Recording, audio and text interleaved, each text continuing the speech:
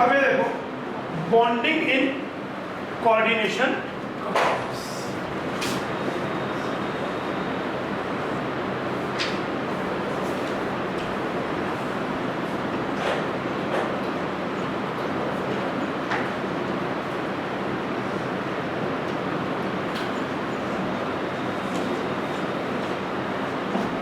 Werner was the first to describe the bonding features in coordination compound, but his theory could not answer basic questions like why only certain elements possess the remarkable property of forming coordination compounds, why the bonds in coordination compounds have direction। हमने start में करते समय हमने बात ये discuss की कि भाई जो ट्रांजिशन एलिमेंट हैं वो कॉम्प्लेक्सेस ज़्यादातर बनाते हैं। The reason was they have empty d orbital, small size, positive charge, high charge density। but मतलब ये हमें अब चीज़ें मालूम है इसलिए क्योंकि हमें बॉन्डिंग का नेचर मालूम है कि एम्पी और कोऑर्डिनेशन बनते हैं, वो कोऑर्डिनेट बॉन्ड बनाते हैं। पर वर्नर ने केवल कंपाउंड्स को देखा, एनालाइज किया। उस समय तक हमें ऑर्बिटल और ये सब कॉन्सेप्ट नहीं मालूम था, तो ये सब लेटर कॉन्सेप्ट है। तो जब वर्नर की थ्योरी से ये तो समझ में आया कि भाई स्ट्रक्चर है, शेप होती है कंपाउंड की, तो क्यों होती है, क्योंकि that was Werner's work was around, कह सकते हो कि 1915 से पहले का काम। और जो ये structure of atom, concept of orbitals, bonding की वीबीटी थ्योरी, ये सब थ्योरीज लेटर डिस्कवरीज। तो why coordination compound have characteristic magnetic and optical properties. Many approaches have been put forth to explain the nature of bonding in coordination compound, that is valence bond theory,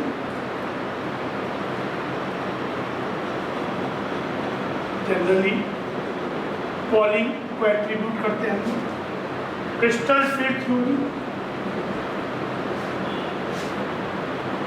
फिर एक ligand field theory होती है और एक molecular. हमको coordination compound के लिए इन दोनों को पढ़ना है। एमोटियम सिंपल मॉलिक्यूल के लिए केमिकल बॉन्डिंग में पढ़ते हैं for homonuclear diatomic species, but for coordination compound we have to study पीपीटीए। ठीक है ना, यही बोल रहा है, we will focus our attention on elementary treatment of the application of VBT, valence bond theory and crystal field theory to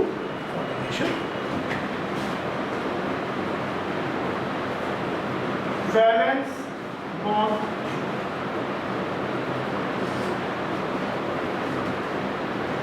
According to this theory, the metal atom or ion under the influence of ligands can use its n-1 d ns।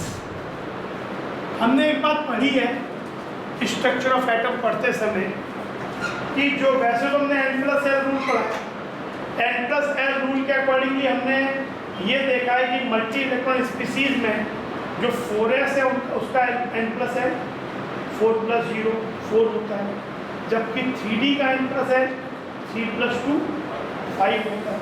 तो energy of 4s is, देखने में देखा तो 4s का n ज़्यादा है। अगर uni electron species की बात करेंगे तो 4s की एनर्जी ज़्यादा है, लेकिन मल्टी इलेक्ट्रॉन के लिए देखने में मिलता है कि 4s का n ज़्यादा है, लेकिन n और l दोनों अफेक्ट करते हैं। वी फाउंड कि 3d is higher energy than 4s, but still the energy between 3d and 4s orbital are very very huge. तो जब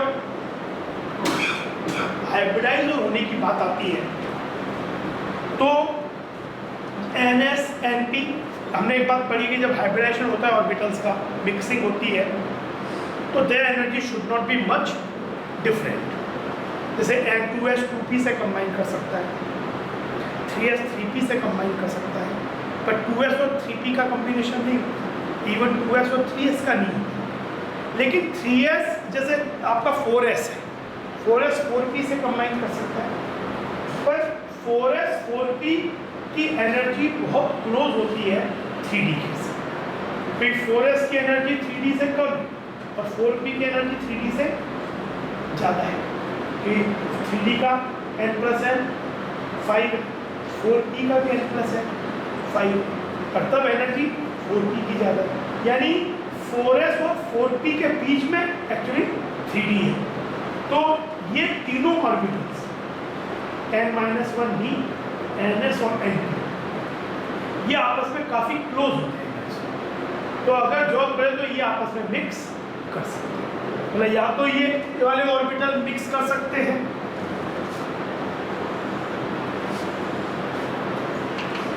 ये वाले, या ये भी क्लोज होते हैं ns np और np, ये मिक्स कर सकते हैं।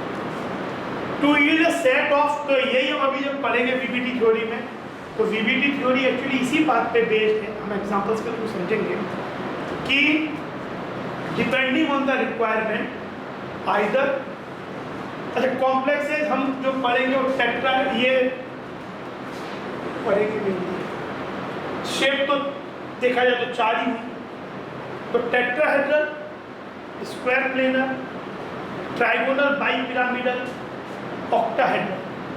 तो टेट्राहेड्रल कॉम्प्लेक्सेस में जो कोऑर्डिनेशन नंबर 4 होता है, पर उसके अंदर भी टेट्राहेड्रल कॉम्प्लेक्स का मतलब क्या हुआ कि सेंट्रल मेटल एटम के अराउंड 4 लोन पेयर कोऑर्डिनेट हो रहे हैं।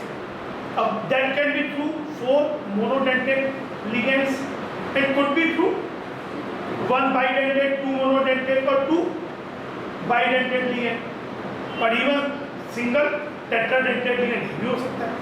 तो 4 लोन पेयर कोऑर्डिनेट हो रहे हैं, तो वो जो लोन पेयर को लिगेंड से रिसीव करेगी सेंट्रल मेटल की जो ऑर्बिटल है, it has to be 4 equivalent orbitals. जब हमने केमिकल बॉन्डिंग में हाइब्रिडेशन पढ़ा था तो हम क्या पढ़ते थे कि पहले ऑर्बिटल्स आपस में मिक्स करती हैं, तो अगर सपोज वो 3 डायमेंशन उनका जो ऑर्बिटल्स मिक्स की, तो पहले तो हाइब्रिडेशन का नाम किस बेसिस पे देते हैं, जो ऑर्बिटल्स आपस में, जैसे सपोज आपका s और p मिक्स किए तो 4 नए ऑर्बिटल्स बनेंगे, हर ऑर्बिटल को बोला जाएगा sp3, उनकी एनर्जी ऑलमोस्ट सेम होनी चाहिए, इक्वल ना भी हो तो भी सेम होनी चाहिए। जैसे 4px 4py 4pz तो डिजनरेटेड ही होता है, लेकिन 4s की एनर्जी कम होगी लेकिन फिर भी मिक्स कर सकते हैं। तो 4 ऑर्बिटल्स बनेंगे, क्योंकि s px py pz अपने आप में एक प्लेन में नहीं है, तो जब आपके अगर एक प्लेन वाले ऑर्बिटल्स नहीं है तो जो your arrangement will be 3 dimensional. तो 3 डायमेंशनल 4 ऑर्बिटल्स का बेस्ट अरेंजमेंट क्या है, टेट्राहेड्रल। तो जो 4 हाइब्रिड ऑर्बिटल बनेंगे, अगर वो s और 3p मिक्स करके बने तो that is called sp3 hybridization, और arrangement of those orbitals will be tetrahedral. और टेट्राहेड्रल ऑर्बिटल्स में लिगेंड अपना लोन पेयर कोऑर्डिनेट कर देगा उन एम्प्टी ऑर्बिटल्स से। जैसे मान लो कि आपके पास m के अराउंड 4 ऑर्बिटल्स 3 डायमेंशनली अरेंज हुए, s और 3 p ऑर्बिटल्स को कंबाइन करके px py pz, तो each will be called sp3, hybridisation will be called sp3। ये ऑर्बिटल्स कौन से हैं, ये ऑर्बिटल्स मेटल एटम या आयन के। अब ये पहले अरेंज होंगे, फिर लिगेंड जो भी होगा, मान लो मोनोडेंटेड है, अपना लोन पेयर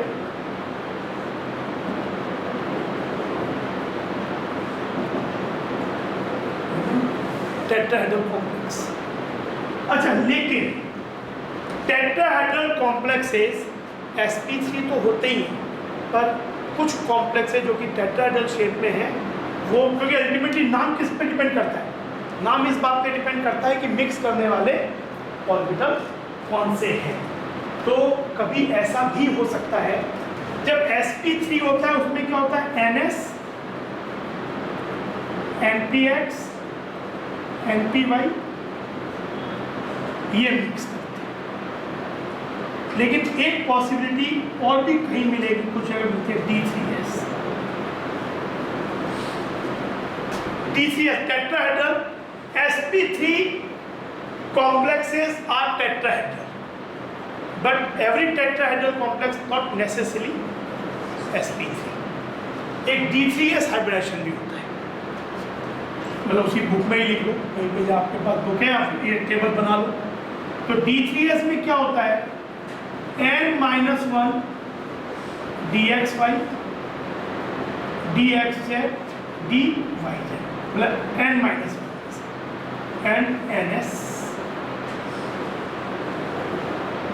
ये भी क्योंकि ये एक प्लेन में नहीं है तो they will also arrange in 3 dimensional manner, and 3 dimensional का चार्ट का बेस्ट अरेंजमेंट है टेट्राहेड्रल।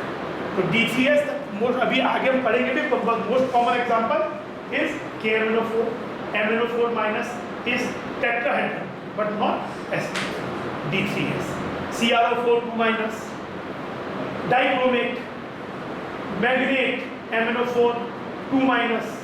तो ये सब फिर आता है 4 कोऑर्डिनेशन नंबर का अगर है कॉम्प्लेक्स।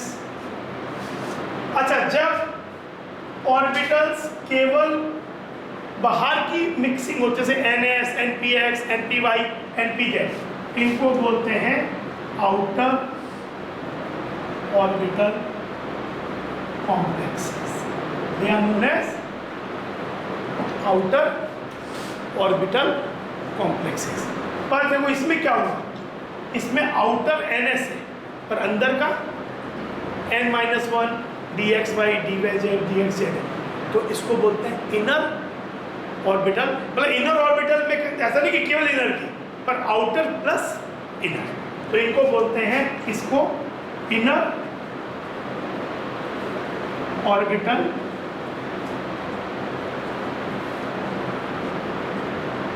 कॉम्प्लेक्सेस। अच्छा, अब आता है कोऑर्डिनेशन नंबर 4 में एक DsP2 हाइब्रिडाइजेशन भी होता है। DsP2 कब होगा, जब अंदर का D बाहर का S और बाहर का P मिक्स करे। पर यहां मिक्सिंग कौन से ऑर्बिटल्स की होगी, n-1 D, मतलब इसकी बात कर रहा हूं, ठीक है, NS, NPX, NP, n-1 D, NS, NPX, NP। आप अगर इस बात को ऑब्जर्व करो, अच्छा n-1 D कौन सा, वो भी n-1 D x square minus Y square. तो जो dx square minus Y square है उसके जो लोब्स होते हैं they are along x and y axis पर, they are in the xy plane. This is spherically symmetric, कहीं भी हो सकता है, और ये x और y में, यानी आपके ये सब एक प्लेन xy में हो सकते हैं। इसलिए इन 4 ऑर्बिटल से जो शेप बनेगा क्या बनेगा, has to be planar shape. तो 4 का प्लेनर शेप क्या होगा, square. But this is also categorised as inner orbital, inner orbital. फिर ट्राइगोनल,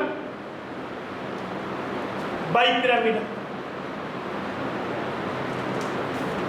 या पहले ऑक्टाहेड्रल की बात करें, ज्यादातर जो मोस्ट कॉमन वाला है ऑक्टाहेड्रल। ऑक्टाहेड्रल में 6 ऑर्बिटल्स को कंबाइन करना है। तो ऑक्टाहेड्रल में अगर 6 ऑर्बिटल कंबाइन किए, हाइब्रिडाइज हुई है, मिक्स हो गए, तो शेप पे कोई डाउट नहीं, शेप तो ऑक्टाहेड्रल। जैसे 4 कोऑर्डिनेशन नंबर में शेप की इशू, अगर आप हाइब्रिडेशन को नहीं सही तरह से रिड्यूस कर पाए तो आप शेप गलत आइडेंटिफाई कर सकते हैं। क्योंकि आपने अगर हाइब्रिडेशन रिड्यूस किया sp3 या D3S तो शेप को टेट्राहेड्रल बना देगा। हाइब्रिडेशन ये आपका वो है DsP2, तो शेप स्क्वायर प्लेन है। तो आप ये नहीं कह सकते कि कोऑर्डिनेशन नंबर 4 है तो शेप डायरेक्टली नहीं मिल सकती, आपको हाइब्रिडेशन के बारे में एनालिसिस करना ही कि कौन सा। लेकिन अगर कोऑर्डिनेशन नंबर 6 है, ठीक है, आपसे पूछा ही जा रहा है कि tell the hybridisation, then you need to analyse it. But अगर केवल शेप ही आपको बताने का इश्यू है तो you need not to analyse the hybridisation अगर कोऑर्डिनेशन नंबर 6 है तो शेप तो ऑक्टाहेड्रल होगी। पर इसमें हाइब्रिडेशन दो तरीके की हो सकती है कि NS, NPX, NPY, NPZ और बाहर का ही 2D। तो एक्चुअली ये हो जाएगा NS, NPX, NPY, NPZ और D कौन से इन्वॉल्व होते हैं ऑक्टाहेड्रल में? N DZ square and DX square minus Y square, सब N है, आउटर है, तो इसको बोलते हैं आउटर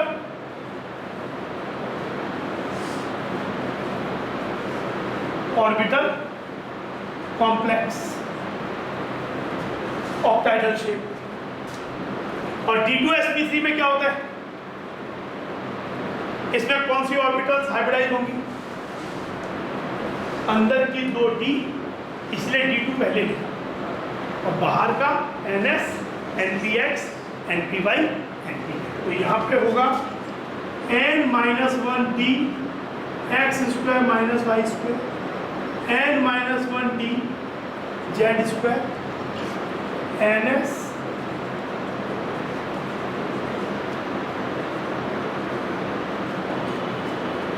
इसको बोलते हैं इनर ऑर्बिटल,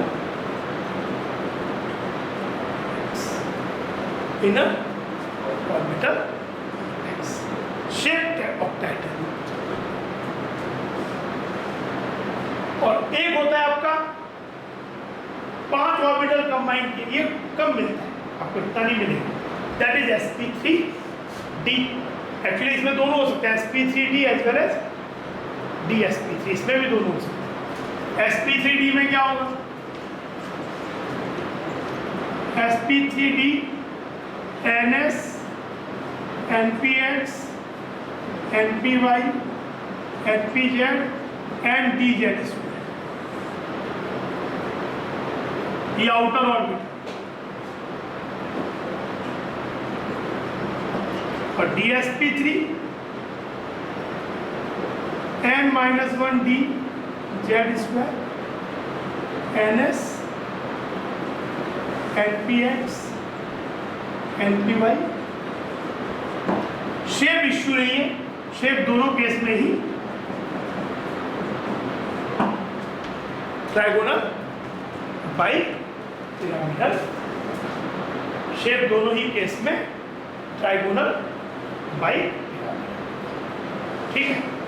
बाकी अगर कोऑर्डिनेशन नंबर 3 है, बहुत कम कॉम्प्लेक्सेस मिलेंगे, तो shape trigonal planar sp2 hybridised, spx py या x px pz, जो भी प्लेन होगा, जो px py तो xy प्लेन, px pz तो xz प्लेन, py pz तो yz plane.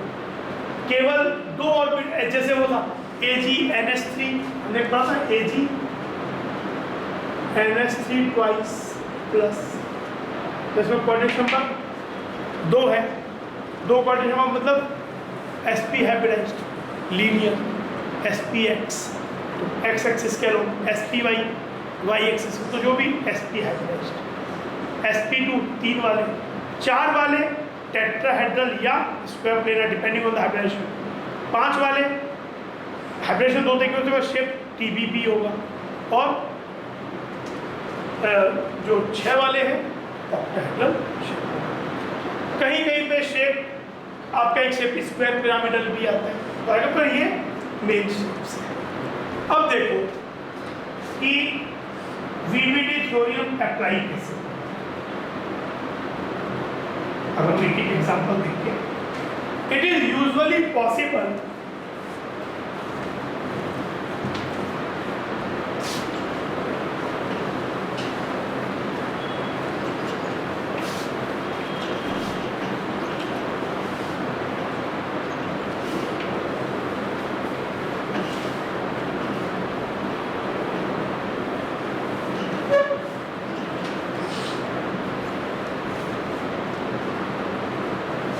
It is usually possible to predict the geometry of a complex from the knowledge of its magnetic behavior on the basis of valence bond theory. Actually होता क्या है, होता उल्टा कहा।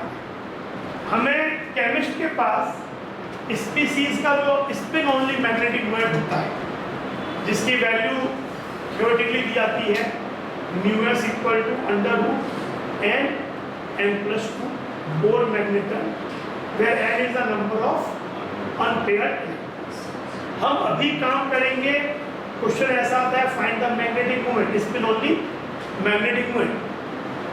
तो हम अपने कुछ पॉइंट्स, कुछ नॉलेज के हिसाब से, कुछ चीज़ें मान के जो हम करते हैं उनके हिसाब से विल ट्राई टू फाइंड कि इस हाइब्रिड क्या हाइब्रेशन होगा, कितना अनपेयर रह जाएगा। बट देखा जाए तो ये मतलब सोचना है, बट केमिस्ट 100% श्योर मान के नहीं होते, वो एक्सपेरिमेंटली μs की वैल्यू कैलकुलेट करते हैं, जो कि टेक्निक्स अवेलेबल है जिससे spin only magnetic moment calculate किया जा सकता है। उस वैल्यू को कैलकुलेट करके they find value of small है, जिससे ये आइडिया लगता है कि नंबर ऑफ अनपेयर्ड कितने रह गए। अब उस ये तो फैक्ट है, अब उसके हिसाब से फिर वो अगर उनका मान जो उन्होंने थ्योरी लगा के किया सही आ गया तो ठीक है, नहीं तो फिर वो बदलते हैं उस चीज को, ऐसा हो गया होगा। तो इस एनालिसिस में एक इम्पोर्टेंट बात क्या है कि हाइब्रिडेशन तो होगा, तो अगर आपको पास हाइब्रिडेशन होना है तो ऑर्बिटल तो पहले खाली होना पड़ेगा। तो पहले खाली जब ऑर्बिटल्स, एक तो क्या होगा, सबसे पहले हम जो सेंट्रल मेटल एटम है या आयन है कैटायन, उसका ग्राउंड स्टेट कॉन्फ़िगरेशन बनाएंगे। वैलेंस बॉन्ड थ्योरी अप्लाई करते समय हम ये मान के चलते हैं, एक चीज़ आती है कि जब लिगेंड उसको अप्रोच करेंगे बॉन्ड बनाने के लिए, तो in the presence of ligand, अगर वो ligand strong field ligand, ligand को हम दो कैटेगरी में डिवाइड करते हैं, स्ट्रॉन्ग फील्ड लिगेंड और वीक फील्ड लिगेंड। और जो अपने around strong electric field create करे और जो अपने around weak, relatively weak electric field. पर प्रॉब्लम क्या है कि ऐसा कोई डिवीजन नहीं है कि आपने बिल्कुल ब्लैक एंड व्हाइट कर दिया जाए कि ये वाले स्ट्रॉन्ग और ये वाले वीक है। एक सीरीज मिलती है स्पेक्ट्रोकेमिकल सीरीज। एक लिगेंड का बिहेवियर स्ट्रॉन्ग की तरह बिहेव करेगा या वीक की तरह बिहेव करेगा, वो अकेला उस पर भी डिपेंड नहीं करता, वो इस पर भी डिपेंड करता है कि जिस मेटल आयन पे अप्रोच कर रहा है वो मेटल आयन कौन से 20 को ब्लॉक करता है। हो सकता है सेम लिगेंड M1 मेटल के लिए स्ट्रॉन्ग हो और M2 के लिए वीक की तरह काम कर सकता है। मेटल आयन पे चार्ज क्या है, हो सकता है कि मेटल पे जब +2 चार्ज हो तो वही लिगेंड वीक की तरह काम करता है, और +3 है, चार्ज बढ़ने से जो उसका स्ट्रॉन्ग की तरह बिहेव करने की टेंडेंसी बढ़ जाती है। तो इसलिए चीज़ें उतनी सिंपल ऐसे मैनर में नहीं है कि हमने ब्लैक एंड व्हाइट लिया कि भाई ये 10 लिगेंड स्ट्रॉन्ग है, ये 10 लिगेंड वीक है। पर एक इंजन अगर वो लिगेंड स्ट्रॉन्ग लिगेंड फील्ड की तरह काम करता है तो वो मेनली क्या करता है कि जो मेटल आयन का ग्राउंड स्टेट कॉन्फ़िगरेशन है उसमें जो नंबर जो इलेक्ट्रॉन्स अनपेयर है उनको पेयर अप कर देता है। CFT में we get a better expression for that is one of the drawback of VBT। पर क्योंकि ऑब्जर्वेशन में जो μs की वैल्यू मिली उसके हिसाब से समझ में आया कि 5 अनपेयर्ड तो नजर आ रहे थे, पर इसके हिसाब से तो एक ही अनपेयर्ड होना चाहिए। दो कब आ सकता है जब 5 से 4 पेयर हो जाए और केवल एक ही अनपेयर्ड हो जाए। तो ये ऑब्जर्व किया गया कि जो strong ligand, strong field ligand है वो अनपेयर्ड बॉन्ड को पेयर अप करने की एबिलिटी रखते हैं। तो ये देखो जैसे यहाँ पे it is usually possible to predict the geometry of a complex from the knowledge of its magnetic behavior on the basis of valence bond theory. In the diamagnetic अच्छा अगर सबके μs की वैल्यू 0 है, if μs is 0, no unpaired finally पूरे compound में, तो वो compound diamagnetic होगा and it will be weakly repelled by external magnetic field। और अगर वो पैरामैग्नेटिक है, जब μs नॉन जीरो है, it is attracted by external magnetic field. तो इन द अच्छा, अब हम स्ट्रॉन्ग लिगेंड फील्ड में वैसे क्या है, जैसे साइनाइड, कार्बोनाइड, they are normally behave like a strong field, strong field. Ammonia more often than not behave like a strong field ligand, but very rarely it can also act as a weak field ligand. Halides usually behave like a weak field ligand. Water usually behave like a weak field ligand. अच्छा, अब एक चीज है कि जैसे का same ligand है पर मेटल आयन डी सीरीज उसकी अलग अलग है, जैसे निकल, palladium, platinum, very common scenario. तो जो हेलोजन है, halides in case of 3D series, अगर 3D सीरीज के मेटल है, एटम है, तो usually halide behave like a weak field नहीं, अनपेयर्ड को पेयर नहीं करता। लेकिन वही हेलाइड प्लेटिनम या पैलेडियम को जब अप्रोच करता है, behave like a strong field. जैसे जैसे टी सीरीज में हम नीचे आते हैं ग्रुप में, मेटल आयन जो है उसके टुवर्ड्स एक लिगेंड की स्ट्रॉन्ग फील्ड लिगेंड की तरह बिहेव करने की टेंडेंसी बढ़ी। तो ये बहुत कॉमन चीज़ है। जनरली कह सकते हो कि जो 4D और 5D सीरीज के मेटल एटम्स या आयंस हैं उसमें usually ligands behave like strong field, पर 3D सीरीज में halides water usually behave week field ligand. Ammonia, cyanide और CO behave like strong field ligand. Ammonia more often than not behave like strong field ligand. तो ये सब कुछ guidelines है। फिर एक स्पेक्ट्रोकेमिकल सीरीज भी होती है कि अगर हमारा मेटल आयन फिक्स रखे, मतलब वो ना बदले, तो किसी लिगेंड का बिहेवियर। तो एक देखो, एक आपके मतलब जनरली वो क्रिस्टल फील्ड थ्योरी में आता है, पर यहाँ भी हमको वो हेल्प करेगा, तो इतनी हम यही लेते हैं। एक स्पेक्ट्रोकेमिकल सीरीज है,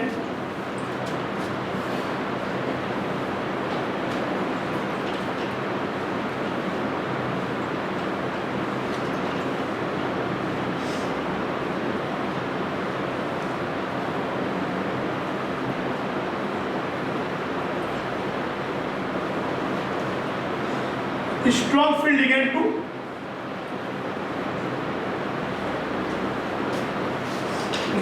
वीक फील्ड लिगेंड से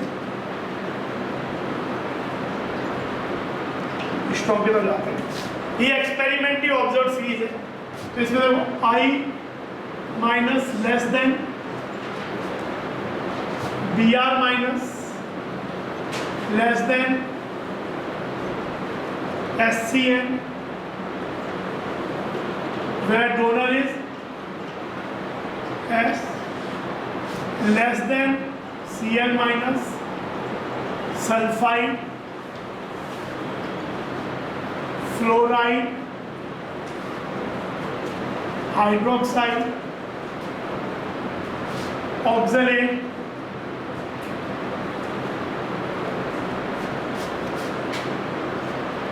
then water, NCS, donor is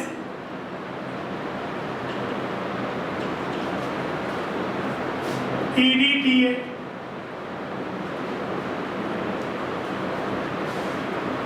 EN, NO2, CN और C बस नहीं हो तो कोई इश्यू ही, कार्बन डोनर होता है। ये increasing order of ligand strength पे है। इसको याद रखने के लिए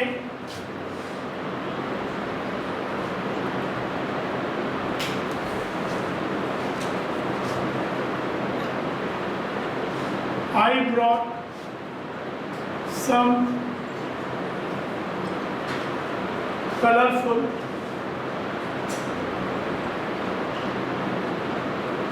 sweets from home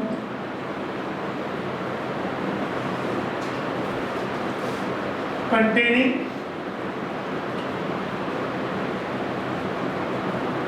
water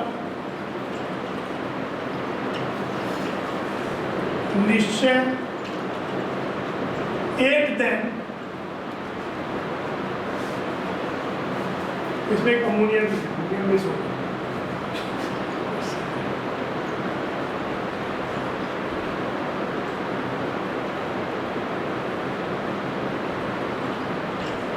amicably in night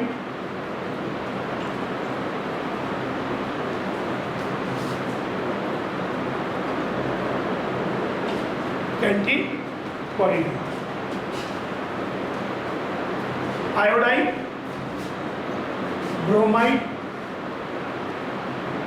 HCN, some sulfide is a molar, colorful chloride, स्वीट से सल्फाइड हो गया, फ्लोराइड फ्रॉम होम से hydroxide, containing C2O4, water water ही रहा, निश्चय NCS डोनर है, एट देम EDTA, amicably ammonia in EN, that ethane 1,2-diamine, night NO2 and donor, canteen CN and corridor C. तो ये increasing order of ligand field strength है। ऑल्दो ये सी ऐसा नहीं कि बिल्कुल आप ये ऑर्डर है, पर आप कहीं पे एक लाइन नहीं प्लेस कर सकते कि यार ये वाले स्ट्रॉन्ग है ये वीक है, depending on the other cation they are approaching, metal ion कौन सा इन्वॉल्व है तो इनका बिहेवियर बदल सकता है। बट कुछ गाइडलाइंस क्या, साइनाइड और CO तो ऑलमोस्ट सबके लिए अगर उनको स्ट्रॉन्ग फील्ड की तरह काम करते हैं। Ammonia NO2 EN they are usually strong field ligand for usual 3D series, बाकियों के लिए होते ही है, but rare some cases में they may behave like weak field. Water usually weak field, halide usually weak field for 3D series, but 4D series और के लिए they can behave like strong field ligand. तो अब ये हो गया, ये आप इस ऑर्डर को याद रखो, ये फिर भी हेल्पफुल रहेगा। कम से कम यही पूछने का क्वेश्चन पूछते थे, कोई टेक्स्ट बुक में आपका ये ऑर्डर दिया हुआ है तो क्वेश्चन में इससे ज़्यादा आपको नहीं चाहिए, पर क्वेश्चन में यही आ जाता है कि arrange them in increasing order of strong field strength, क्योंकि आगे जब कलर की बात करेंगे तो वहाँ पे भी हमें इस ऑर्डर का जोड़ना पड़ेगा जब CFT पढ़ेंगे, तो इसलिए इस ऑर्डर को याद रखने के लिए दिस न्यूमोनिक। अच्छा, अब हम एग्जाम्पल एक एक करके देखते हैं कि इससे हम काम कैसे। अब इसका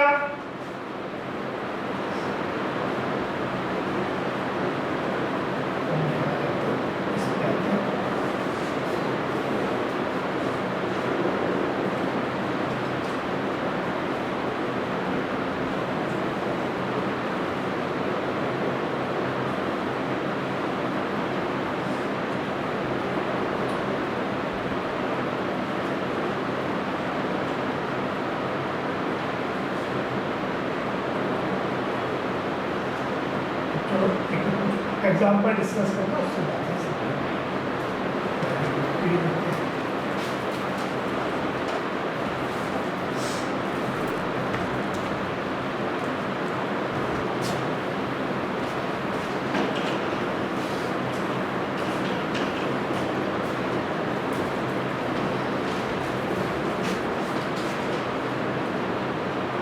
और तो ये ऑर्डर जो दिया हुआ है बुक में, ये दिया हुआ है जब क्रिस्टल फील्ड थ्योरी को करते हैं, क्योंकि उस समय फिर इसको ज़्यादा एनालाइज किया गया, ऑर्डर देखे। यहाँ तो बस बोला है कि ठीक है एक्सपेरिमेंटली ऑब्जर्व किया तो मान लिया कि इन्होंने वो कर दिया होगा, ये नहीं कर पाया होगा। तो बुक में ये जो ऑर्डर दिया हुआ है वो दिया हुआ CFT के समय, लेकिन हमको तो अल्टीमेटली बाद में तो उससे क्या मतलब कि कौन हमें याद रहेगा, तो हम एक बेसिक आइडिया में रहेगा कि इसे स्ट्रॉन्ग की तरह काम करना है। बट स्टिल ऐसा कोई रूल नहीं है और ना कोई किसी बुक में ढूंढने की कोशिश करो कि ये पता चल जाए यार कि कौन सा स्ट्रॉन्ग ही होता है कौन सा नहीं। वो उसका मतलब इवन केमिस्ट कंफर्म अपने आप को एक्सपेरिमेंटली करते हैं। तो यानी बियॉन्ड अ पॉइंट एक ऑर्डर है, बट ऐसी कोई डिमार्केशन लाइन नहीं है कि ये वाले स्ट्रॉन्ग है ये वाले। अब जैसे हम VBT को एग्जाम्पल के थ्रू समझते हैं। सबसे पहले CO NH3 6 3। अच्छा, जब हमें हाइब्रिडाइजेशन, शेप ये सब बोलना है तो हमें जो डिस्कस करना है वो कोऑर्डिनेशन पॉलीहेड्रा डिस्कस करना है, क्योंकि between coordination sphere and the counter ion the bond is ionic. तो ionic bonds are non directional in nature, covalent bonds are directional. तो जो भी शेप बोल की बात है वो कोऑर्डिनेशन स्फीयर के शेप की बात है, जो कोऑर्डिनेशन पॉलीहेड्रा। तो CO NH3 6, अगर आपको मान लो कंपाउंड ये भी दिया हो, तो जब शेप आपसे पूछा जा रहा है, हाइब्रिडाइजेशन पूछी जा रही है, तो बेसिकली इससे आपको मतलब यू आर कंसर्न विद। तो देखो ये CO पे आके सबसे पहले स्टार्ट क्या होगा, कोबाल्ट पे चार्ज किया है, ठीक बस। अच्छा, स्कैंडियम से वैसे तो पूरी ही डी सीरीज के याद हो तो बहुत अच्छी बात है, पर कम से कम अभी स्कैंडियम से जिंक तो बिल्कुल ही याद होना चाहिए कि scandium, titanium, vanadium, chromium, manganese, iron, cobalt, nickel, copper, zinc.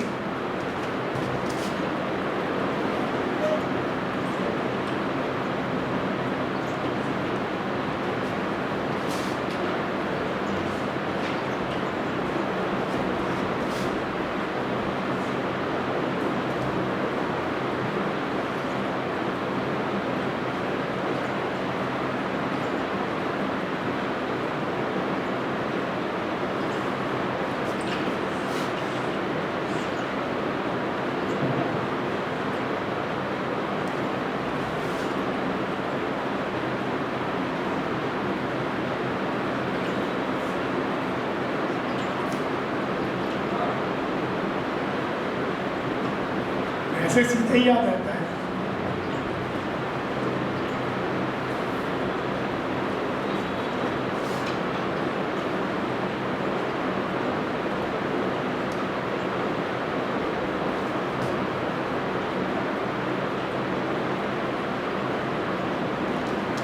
शक्ति वैकर्णम फैको निकुंज,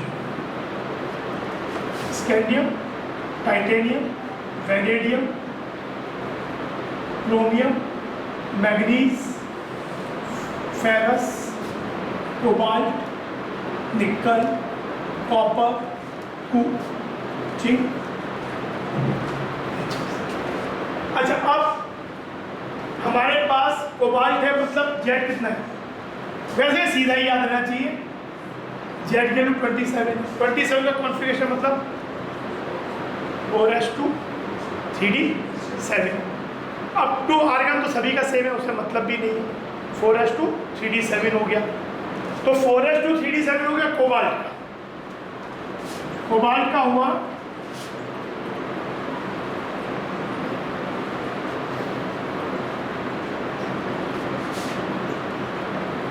4s2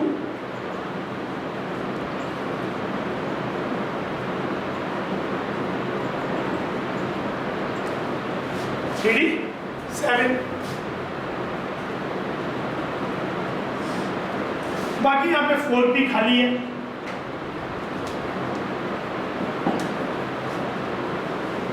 फिर आप ये कोबाल्ट था, आपको क्या चाहिए यहाँ पे,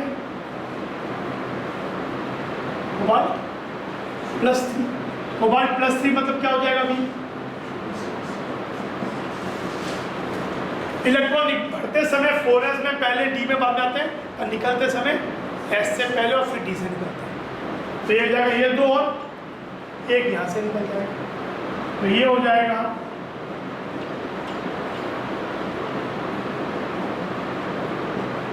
अगली बार से हम सीधा आयन का ही बनाएंगे, पर अप्रोच ये कि पहले स्टेप वो लिखो फिर ये बनाओ। और यहाँ पे 4d भी है खाली।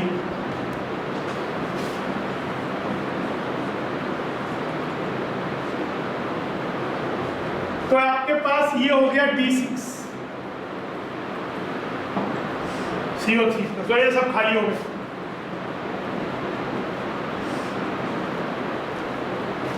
अब अमोनिया जो है, as a guideline ammonia behaves like a strong field ligand in general and that with respect to मतलब यूजुअली 4D और 5D को तो बिहेव करेंगे, 3D के लिए भी अमोनिया ज़्यादातर स्ट्रॉन्ग की तरह ही काम करता है। तो आप स्ट्रॉन्ग की तरह ही मान के चलो, कुछ एक्सेप्शन आएंगे उसे सीधे याद रख के चलो, एंड फिर कुछ अलग ही आ गया तो किस्मत आपको। लेकिन हम अमोनिया को एक्सेप्ट, कोई बहुत ही कॉमन एग्जांपल है जो बहुत बड़ा एक्सेप्शन है पर हमें जो दो पढ़ना पढ़ेंगे, बाकी स्ट्रॉन्ग की तरह मान के चलेंगे।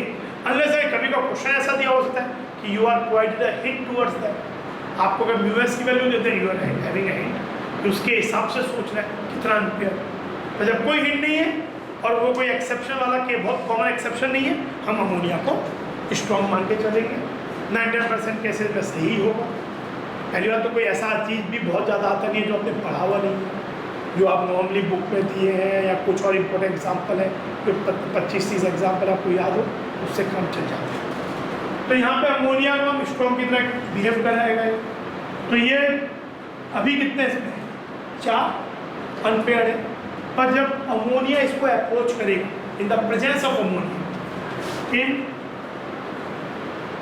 प्रेजेंस ऑफ अमोनिया, जो कि यहाँ पे स्ट्रॉन्ग फील्ड लिगेंड की तरह काम kरेगा, जो कि यूजुअली ज़्यादातर सिनेरियो में स्ट्रॉन्ग फील्ड लिगेंड की तरह ही काम करता है। अनपेयर्ड इलेक्ट्रॉन्स, आप एक बार समझो, आपको कितने ऑर्बिटल्स चाहिए? आपके पास ये अमोनिया है, हर अमोनिया अपना एक लोन पेयर कोऑर्डिनेट करने वाला है, उसे खाली जगह चाहिए रखने के लिए, तो वो खाली जगह के लिए आपको पहले ऑर्बिटल्स प्रोवाइड करनी पड़ेगी। वो ऑर्बिटल्स रखने से पहले अपने आप को हाइब्रिडाइज करें और एक शेप में अरेंज करें। 6 है तो shape has to be definitely octahedral, and then this ammonia will give lone pair to each hydrogen. अब हम वो हाइब्रिडेशन कैसा होगा ये भी देख रहे हैं। तो अब क्या होगा, अमोनिया की प्रेजेंस में unpaired bonds will get paired। तो क्या होगा, 4 है तो ये पेयर्ड अप होके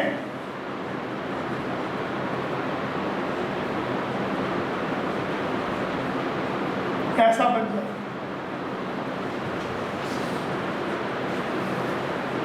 अगर मेरे पास 3D खाली हो जाए, 2 4s है और 4p है और यहाँ पे 4d है, अगर ये 2d खाली है तो ये दोनों d, ये 4s और ये 3 4p मिलके कम एनर्जी का अरेंजमेंट बनाएंगे कंपेयर टू। हाँ, जब कोई चॉइस ही नहीं है, ये खाली नहीं हुए, तो आपका 6 के लिए हो। पर अगर ये खाली हो चुका है और 6 ऑर्बिटल कंबाइन होना है, तो ये अरेंजमेंट लेसर एनर्जी अरेंजमेंट है टोटल मिला के कंपेयर टू। तब क्या होगा, दीज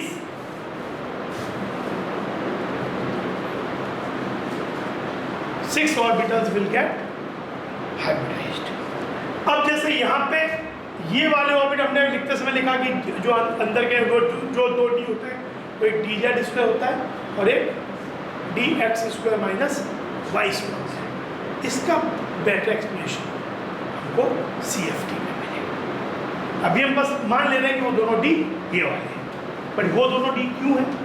अभी हम इसका लॉजिक ये मानेंगे कि जब से हमने उससे जो पढ़ा था केमिकल बॉन्डिंग में कि हमको क्या चाहिए, एक प्लेन चाहिए और ये वाले चाहिए, तो ऑर्बिटल्स हर तरफ से कंट्रीब्यूट आना चाहिए। तो S इधर हो गया, PX PY PZ, तो 2 Z की डायरेक्शन से आना चाहिए। तो दो, एक PZ हो गया और एक dz स्क्वायर हो गया और एक वहाँ पे dx square minus Y square हो गया। पर और बेहतर एक्सप्लेनेशन CFT के समय है। पर ये ध्यान रखो कि ये d दोनों कौन से, dz स्क्वायर है, dx square minus Y square, ये 3D के हैं, ये 4s 4p के, तो ये इनर ऑर्बिटल कॉम्प्लेक्स हो गया। D2sp3 हो गया, इनर ऑर्बिटल कॉम्प्लेक्स हो गया, तो ये हाइब्रिडाइज हो जाएंगे। हाइब्रिडाइज होके around cobalt they will make hybridize orbital and arrange octahedrally. ये सब ऑर्बिटल क्या बोलेंगे? T2sp3, एक जैसे एनर्जी के 6 ऑर्बिटल ऑक्टाहेड्रली अरेंज हो गए। और फिर अमोनिया ने आके क्या किया? अपना लोन पेयर्स को, जैसे यहाँ पे आप ऐसे कह सकते हो, एक दूसरे कलर से पेयर कर दो। हमें अगर ये डायग्राम बनाना है,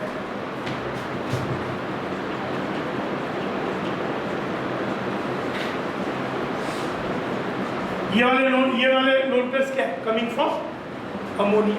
और यहाँ डायग्राम बनाने के लिए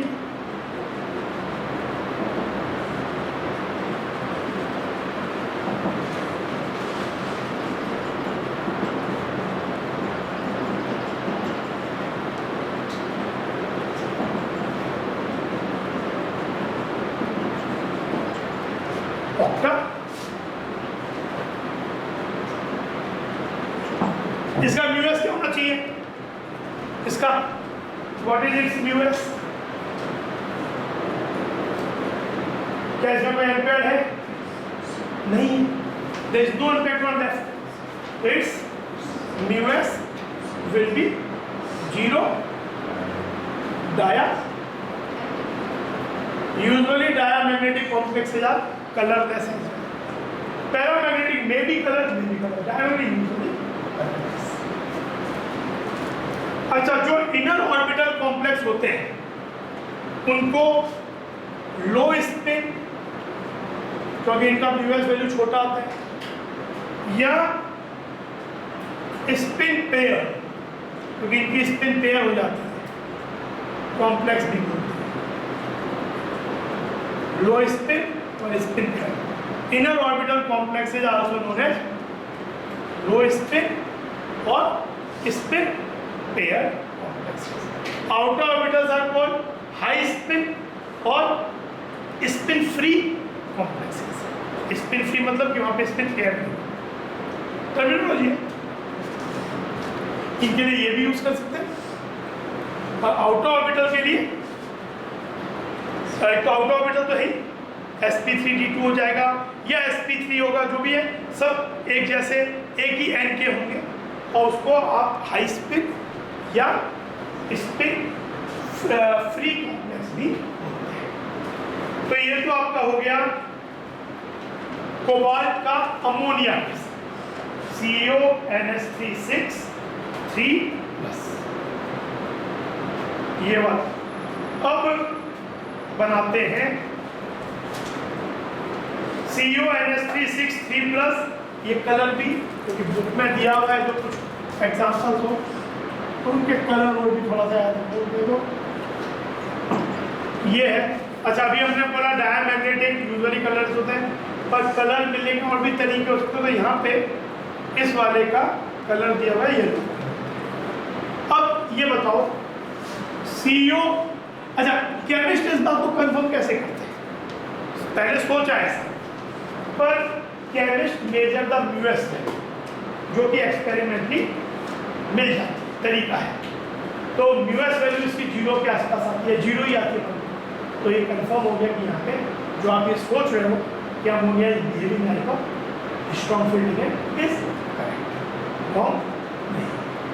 अच्छा, अब ये COF6 3+,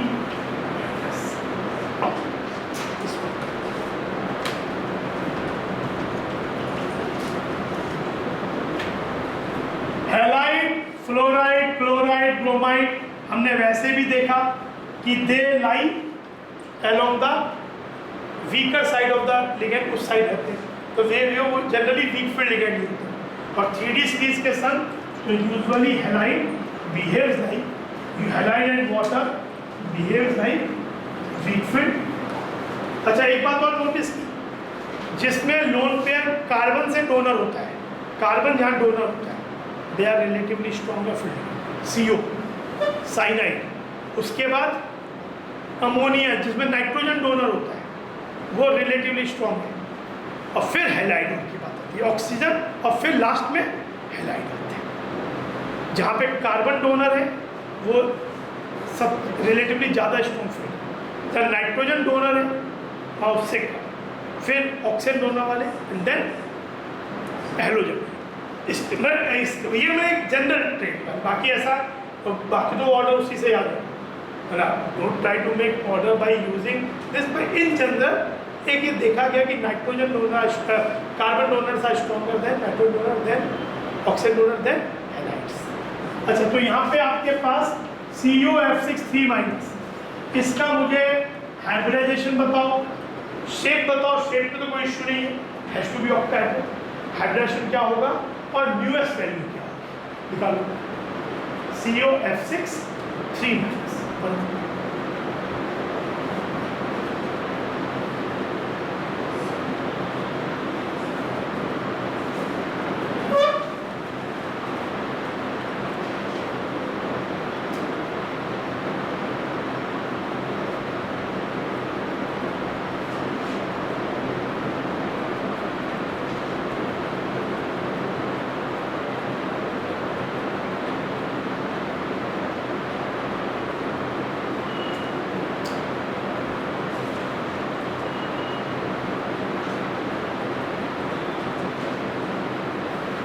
तो COF6 CO क्या है? CO3 पहला स्टेप आइडेंटिफाई, इस पे क्या चार्ज है। तो CO3 प्लस में एक स्टेप को कम कर देता हूँ, CO3 प्लस सीधा तो क्या हो जाएगा, पहले 4s2 3d7 होता है, तो 4s के इलेक्ट्रॉन D का भी एक निकल गया, तो ये हो गया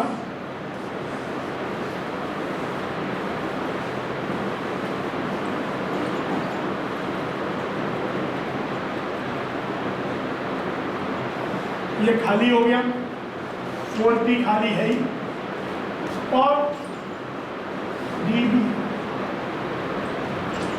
ये हो गया CO3 प्लस 3d6, बाकी सब एम्प्टी है। Fluoride is a weak field, will not be able to pair, and the experimental evidence comes from the fact that when you measure its spin only magnetic moment, you get the value √24, somewhere 4.92 के आसपास, जो suggest करता है कि उसके अंदर 4 unpair होने चाहिए, जो कि है। तो अब क्या होगा, 6 फ्लोराइड के लोन पेयर को एक लोन पेयर सब फ्लोरीन से आएगा, और उसको एकोमोडेट करने के लिए 6 ऑर्बिटल्स को हाइब्रिडाइज करना पड़ेगा। ये तो खाली नहीं है, तो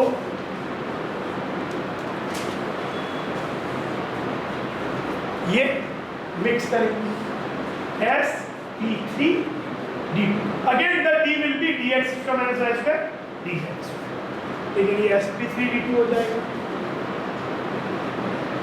आउटर ऑर्बिटल हाई स्पिन और spin free complex, spin free, high spin और आउटर ऑर्बिटल कॉम्प्लेक्स। शेप तो ऑक्टेहेड्रल ही होगी। फिर उसी तरीके से ये 6 मिक्स होके यहाँ पे d कौन सा होगा, d z स्क्वायर, पहले वाले में भी।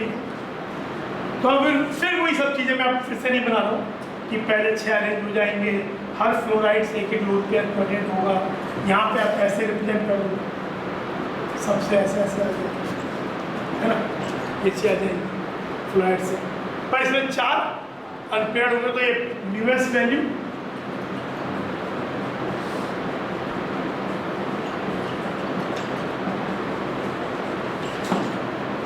पैरा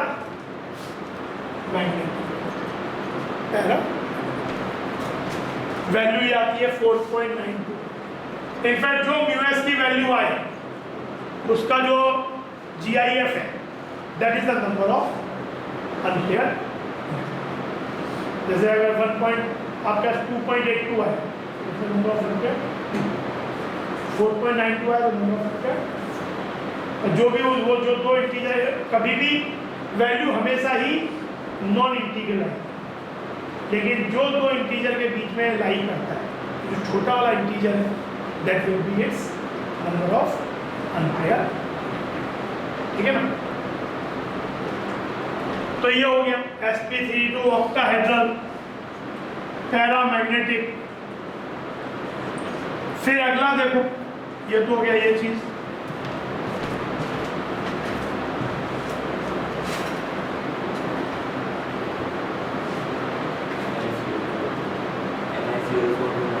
अरे उससे पहले एक दो और पढ़ा 6 और अभी पहले एक दो 6 का देखते हैं।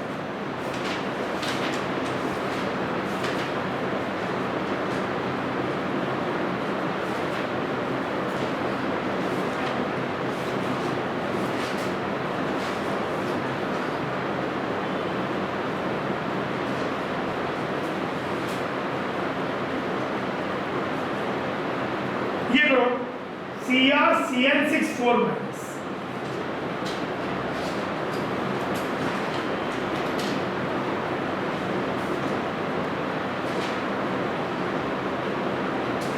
CrCN64 एक ये और एक ये Cr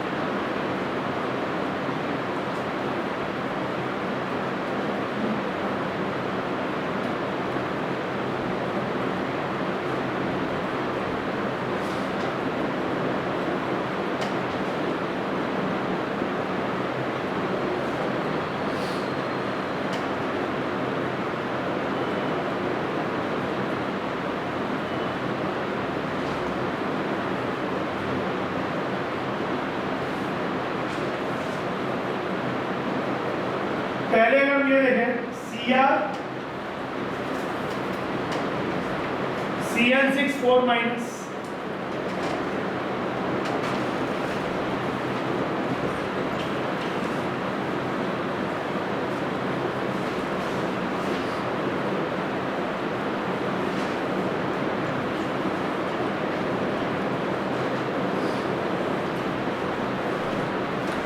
Cr का क्या होता है 24 होता है। यहाँ पे Cr ये कितना हो गया +2 हो गया इस वाले में, है ना। तो Cr प्लस Cr होता है 4s1 3d5 एक्सेप्शन में आता है। कॉपर का 4s1 3d10 होता है। तो ये 4s1 3d5 तो 2 निकल गए तो 3d4 है। तो Cr +2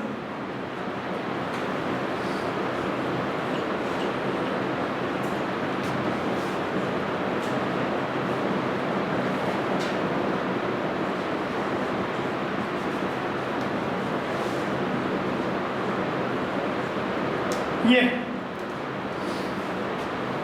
अब इसमें Cn आके Cn has ability to pair, लेकिन अब जैसे कोई बोल सकता है भाई आपके पास 4 ये पेयर अप हो जाए और 3 खाली रह जाए, तो इस तरह से हो जाए। अच्छा D3sp2 ऐसा कुछ नहीं करता, तो कहा तो ऐसा जा सकता है, लेकिन अगेन जो डेटा है मतलब ये एक तरह से लिमिटेशन भी है VBT की, ये इतना बेहतर एक्सप्रेशन नहीं मिल पाता है। पर डेटा सजेस्ट करता है कि चारों अनपेयर्ड नहीं रहते, लेकिन चारों पेयर्ड भी नहीं हो जाते। आपको जो µs की वैल्यू मिलती है वो √8 मिलती है एक्सपेरिमेंट, यानी पेयर अप हो गया पर यहाँ पे 2 अनपेयर्ड। तो अब देखा है VBT इतना बेहतर एक्सप्रेशन इस बात का नहीं दे पाता, वो केवल एक्सपेरिमेंटल वैल्यू करके बस बोलता है, ये बोल देता है कि 1 पेयर अप हो गया, 2 पेयर अप हो गया, 2 नहीं होता है। CFT will give better expression for that. अभी बस ध्यान ये रखो कि अगर आपके पास D2sp3 लेना है और स्ट्रॉन्ग फील्ड लिगेंड है, तो आप ये नहीं कर सकते कि तीसरे D को खाली छोड़ो, मतलब बाकी 3 को try to fill in by the Hund's, एक एक एक और फिर एक। जब हम CFT पढ़ेंगे तो we will get a better explanation for this thing. पर ये ऐसे पेयर हो जाएगा, मतलब ये ऐसा नहीं, क्योंकि ऐसा होगा तो D3 होता नहीं है, D3 sp2 कुछ नहीं होता, तो होना तो D2 sp3 है, तो फिर D2 sp3 हो जाएगा, कैसे खाली रह जाए, ये नहीं। अब ये हो गया,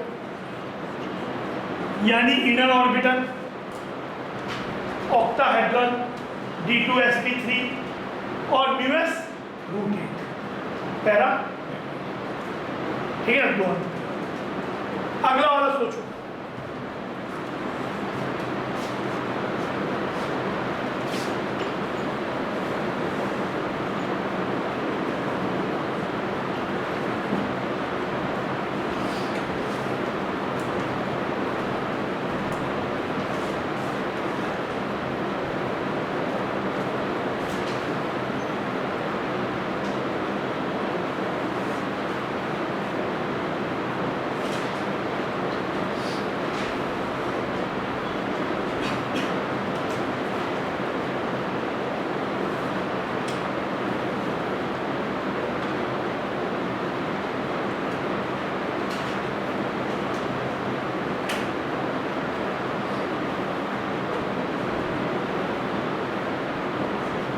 यहाँ CR क्या हो जाएगा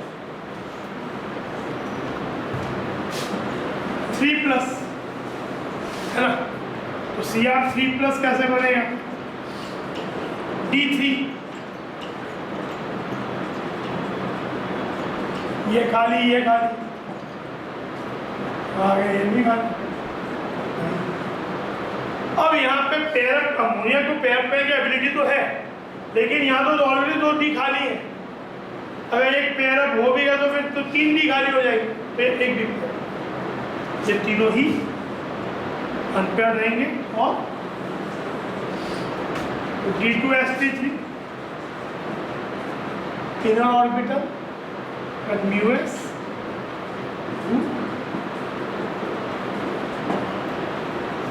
पैरा, क्योंकि आप सोच सकते हो भाई पेयर अप कर दे, पर फिर तो 3 अनपेयर, 3 खाली हो गए।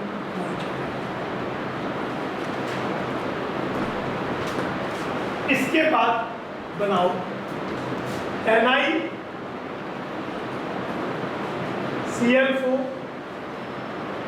2 NiCl4 2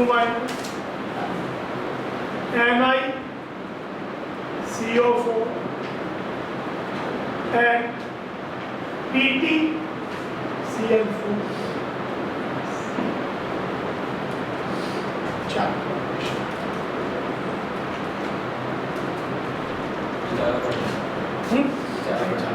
इसी और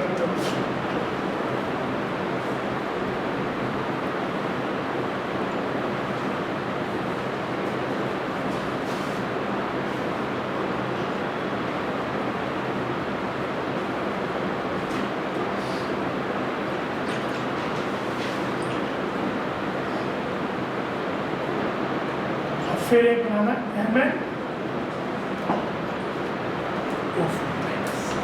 परमानेंट।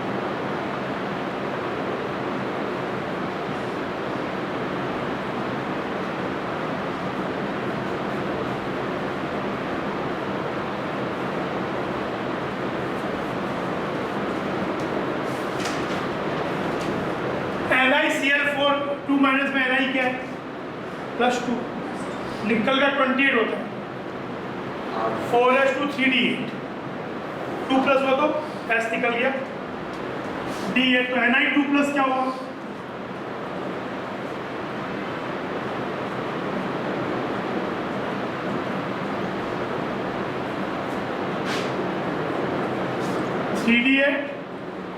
4s खाली हो गया, 4p है खाली है, और ये है। हमें क्वाड्रेटिक 4 है, यानी 4 ही ऑर्बिटल चाहिए। बट हेलोजन जो है, halides, they behave in general usually weak field electron with respect to 3d series. तो निकल को 3d सीरीज चाहिए, तो ये जो Cl है वो इन दोनों को पेयर अप नहीं कर पाएगा, तो ये ऐसा ही रह जाएगा, जो कि जस्टिफाई होता है, जो कि प्रूव होता है एक्सपेरिमेंटल से।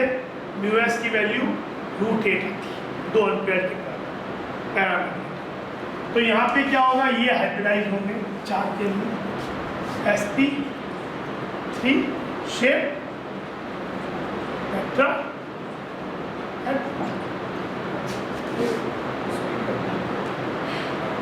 और μs √8, क्योंकि n की वैल्यू 2 है। नंबर ऑफ अनपेयर, यहाँ n का मतलब नंबर ऑफ अनपेयर, √8।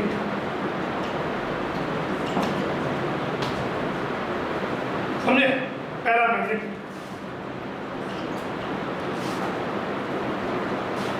अगला सोचो,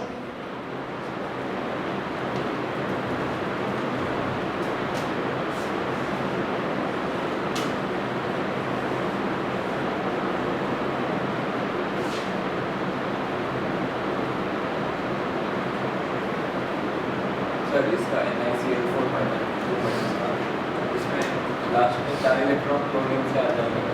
हाँ वो तो फिर हो जाए, पहले क्या हुआ, ये बन गया, फिर 4 ऑर्बिटल टेट्राहेड्रल अरेंज हो गई, और फिर हर एक Cl एक एक लोन पेयर ऐसे बन जाएगा। Ni2+,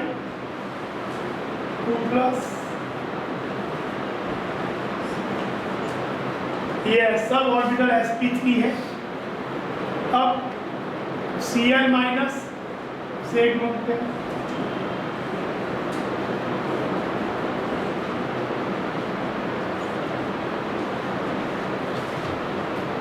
और 2 एम्पीयर इसके अंदर है, इसके लिए पैरामैग्नेटिक। ये था next. Cl is strong field, तो क्या करेगा, Ni2+ ऐसा ही है, अब मैं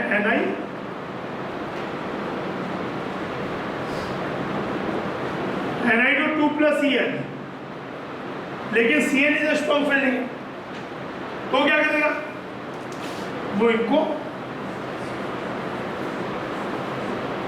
in the presence of Cl they will get pair। एक D खाली हो गया, ये जो D खाली होगा वो होगा, reasoning will again, better reasoning will be given in CFT। 4s और 4p, तो यहाँ पे क्या होगा, ये 3D हो गया, 4s और 4px, 4p, तो ये सब ऑर्बिटल जो है they can be in one plane, xy plane, तो arrangement around will be square planar. Cyanide ने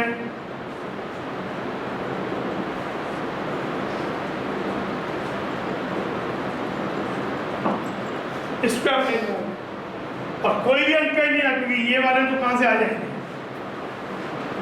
ये साइनाइड से आ जाएंगे। DsP2 हाइब्रिडाइजेशन हो गया, dx² - y², इनर ऑर्बिटल हो गया, इनर ऑर्बिटल या लो स्पिन या स्पिन पेयर।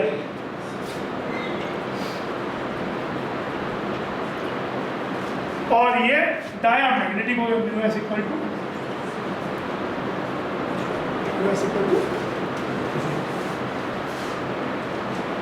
इसके बारे में सोचो।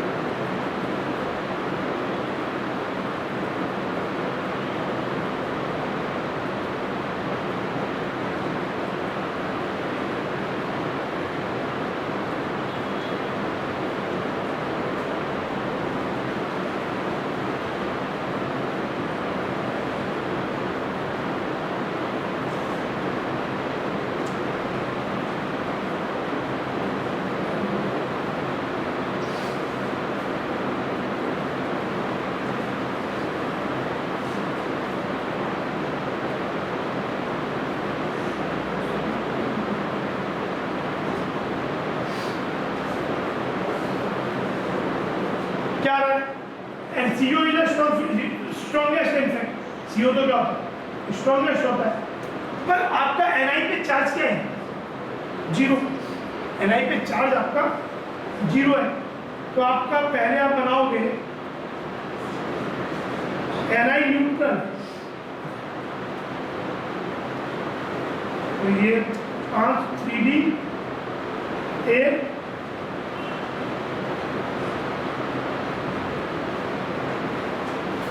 4s2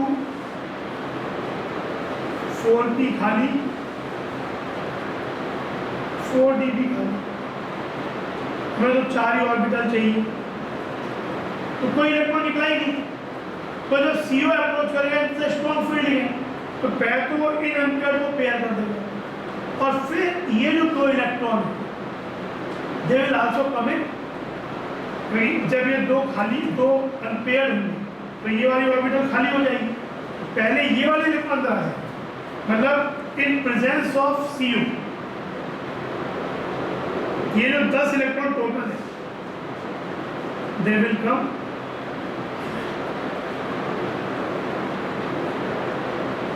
और फिर S और 3p, ये वाले 3p मतलब ऑर्बिटल 4p है, मतलब 3p's will get hybridized and form sp3, और फिर यहाँ से CO से एक एक लूप में सबसे आ जाएगा।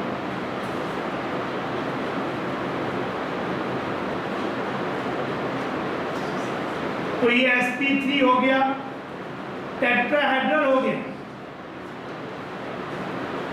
पर यहाँ पे टेट्राहेड्रल कांड वो नहीं है जो Cl का था, यहाँ पे ये नहीं कि वो पेयर अप कर पाया, पर अल्टीमेटली क्योंकि 2 इलेक्ट्रॉन और भी थे तो हाइब्रिडेशन sp3, पर यहाँ इशू पेयरिंग वाला नहीं, Cl स्ट्रॉन्ग फील्ड है, तो ये आपका क्या हो गया, टेट्राहेड्रल और μs कुछ गाया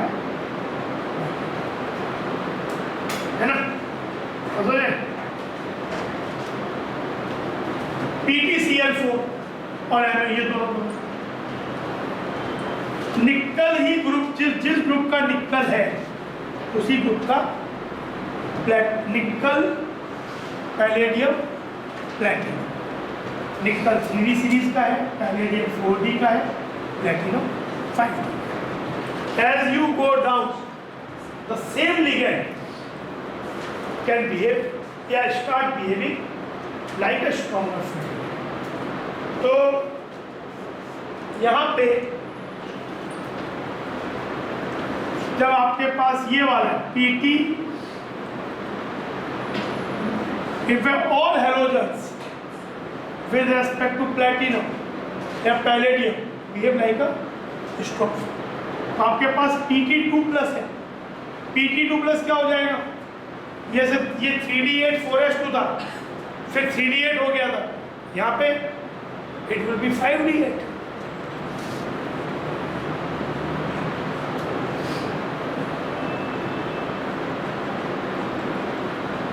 क्योंकि ऐसा होता है इन the presence of halogen.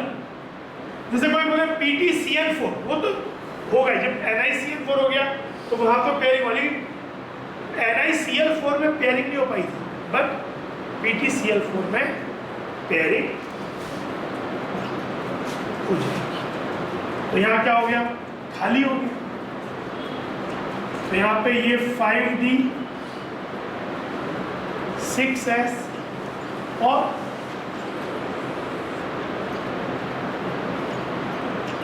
Sir वो जो क्या बोलते हैं सिंगल का फिर पेयर और अनपेयर्ड से पेयर हो गया, उसमें हुआ ना हाइब्रिडाइजेशन। हाँ, लास्ट के पहले तो 2 पेयर हो गए वाले इन the presence of Cl itself, तो यहाँ Cl भी स्ट्रॉन्ग की तरह काम कर जाएगा, तो फिर जो ये बच गया ऑर्बिटल जो कि रह जाएगा 5d(x²-y², बेहतर एक्सप्रेशन CF के मिलेगा, तो ये वाला ये, तो इस पर hybridisation DsP inner orbital μs 0।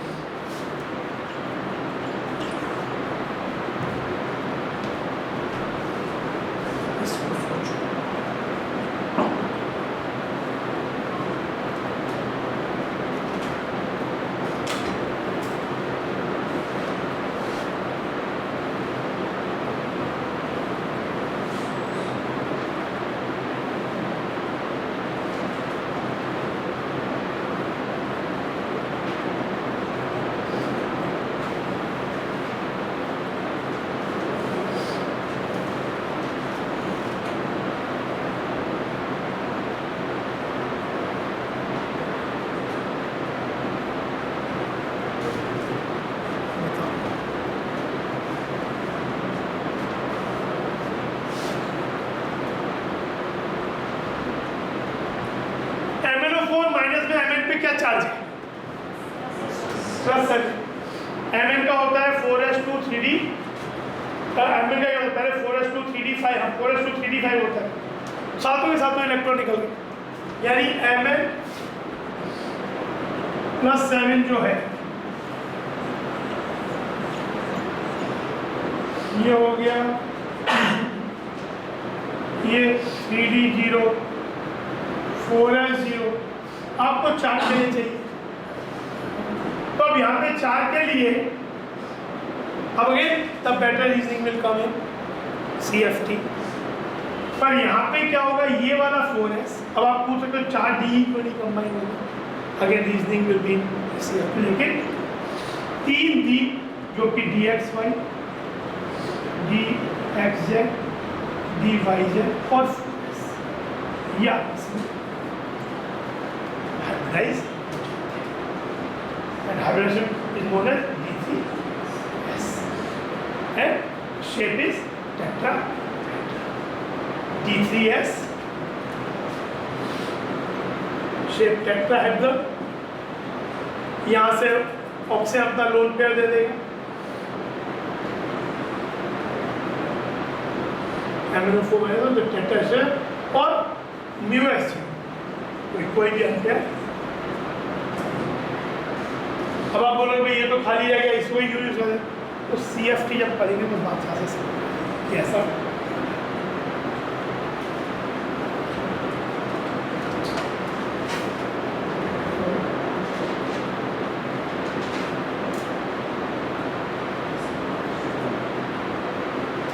Book में जो भी आपके एग्जाम्पल उन्होंने थ्योरी में डिस्कस किए थे, अलॉन्ग विथ हमने NiCO4 MnO4 और आपका PtCl4, ये बहुत कॉमन है, NiCl4 2- पूछना और PtCl4 2- पूछना, NiCl4 2- Cl behave like a big filling, PtCl4 same Cl behave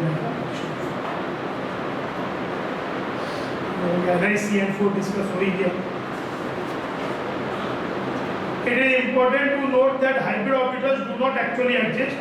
In fact, hybridization is a mathematical manipulation of wave equation for the atomic orbitals.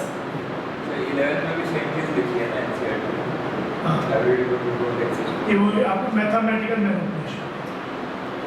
अब ये देखो, मैं जहाँ से लास्ट के दो एक पैराग्राफ पढ़ लेते हैं, एक तो लिमिटेशन और ये पढ़ा भी है अभी सर। अब the magnetic movement, magnetic properties of, हम लोग डिस्कस कर रहे थे सबके साथ,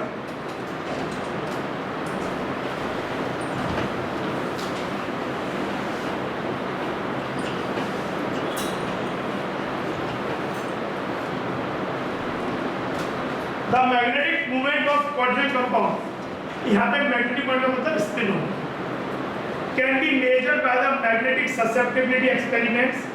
Results can be used to obtain information on number of unpaired electrons and hence structures adapted by metal. Actually होता ये चीज़ कि पहले हम एक्सपेरिमेंटली मैथ निकालते हैं, उससे अनपेयर निकालते हैं, एंड देन उससे हम फिर प्रेडिक्शन करते हैं कि ऐसा होने के लिए इस लिगेंड ने कैसे बिहेव किया, हमारा चीज़ कैसे सेट हो जाए। पर बहुत सारे क्वेश्चन डायरेक्ट आते हैं। A critical study of the magnetic data of quantum compound or metals of the first Transition series reveals some complications for metal ions with up to 3 electrons in the d orbitals like Ti3+, d1, v3+, d2, Cr3+, d3. 2 vacant d orbitals are available for octahedral hybridization with 4s and 4p. अरे ये बोल रहे हैं कि suppose आपके पास अगर केवल एक डी है या 2 डी है या 3 डी है, वो तो पेयर अप होंगे ही, वो अनपेयर ही रहेगा, क्योंकि ऑलरेडी 2 डी आपके पास वो वाली अवेलेबल है फॉर हाइब्रिडेशन, तो आपको पेयर अप होने की जरूरत है। तो हमने एक क्वेश्चन में किया भी था, अमोनिया के साथ D3 आया था तो हमने उसको even it was a strong field, हमने उसे पेयर अप 4 थे तो 2 पेयर अप किए थे, 2 को अनपेयर छोड़ दिया। जनरली ये सिचुएशन नहीं होगी कि सब पेयर होने के बाद हमारे पास मैक्सिमम 2 डी खाली होने चाहिए। ऐसा नहीं करना है कि पेयर करके 3 डी खाली है या पहले से 2 डी खाली है तो उनको अनपेयर करने की, उनको पेयरिंग करने की जरूरत है। अब वो भी तो स्ट्रॉन्ग फील्ड और वीक फील्ड है तो pairing. The magnetic behavior of these free ions and their coordination entities is similar when more than 3D electrons are present. ये क्या बोल रहे हैं कि अगर मेरे पास केवल आयन जिसमें D1, D2 या D3 है या उनके से कोऑर्डिनेशन कंपाउंड भी बने, चाहे स्ट्रॉन्ग से चाहे वीक से, उनका मैग्नेटिक प्रॉपर्टी सेम है, पेयरिंग नहीं होती। लेकिन जैसे ही 3 से ज्यादा इलेक्ट्रॉन आएंगे, when more than 3D electrons are present, the required pair of 3D orbitals for octahedral hybridization is not directly available. As a consequence of Ohm's rule, thus for D4, Cr2 plus Mn3 plus, D5, Mn2 plus Fe3 plus, D6, Fe2 plus CO3 plus cases, a vacant pair of d orbitals results only by pairing of 3D electrons, which leaves 2, 1 and 0 unpaired electrons respectively. इस बात को समझो क्या है। ये बोल रहे हैं कि मेरे पास अगर यहाँ D4 है तो D4 हुआ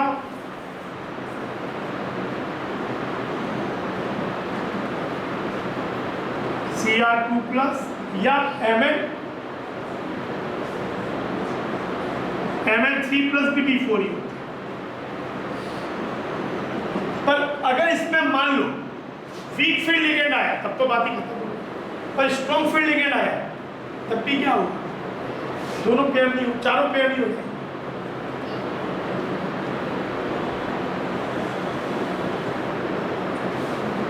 तो D2sp3 तो यहाँ पे 2 अनपेयर छूट गए, यहाँ 2 अनपेयर छूट गए। ये Mn2 plus Fe3 plus, Mn2 plus मतलब D5 और ऐसे ही Fe3 प्लस का मतलब भी है क्योंकि Fe में क्या होता है 4s2 3d6 तो 2 निकले और 1 निकला, तो दोनों का ही है। पर यहाँ पे अगर वीक फील्ड लिगेंड है जैसे FeH2O6 3 प्लस, इसमें क्या होगा, इट विल बी 5 अनपेयर ही रहता है। What is a weak field ligand, what is a weak field ligand. लेकिन वही अगर स्ट्रॉन्ग फील्ड लिगेंड है Fe तो एक पढ़ता ही है,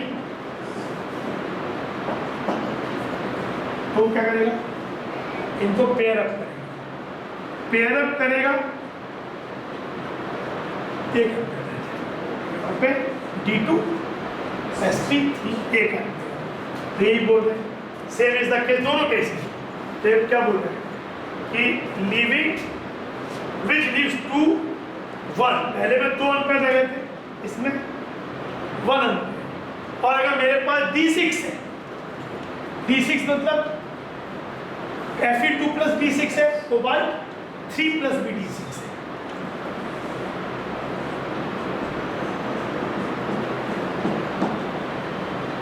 तो या हमने कोबाल्ट, ये कोबाल्ट 3 प्लस या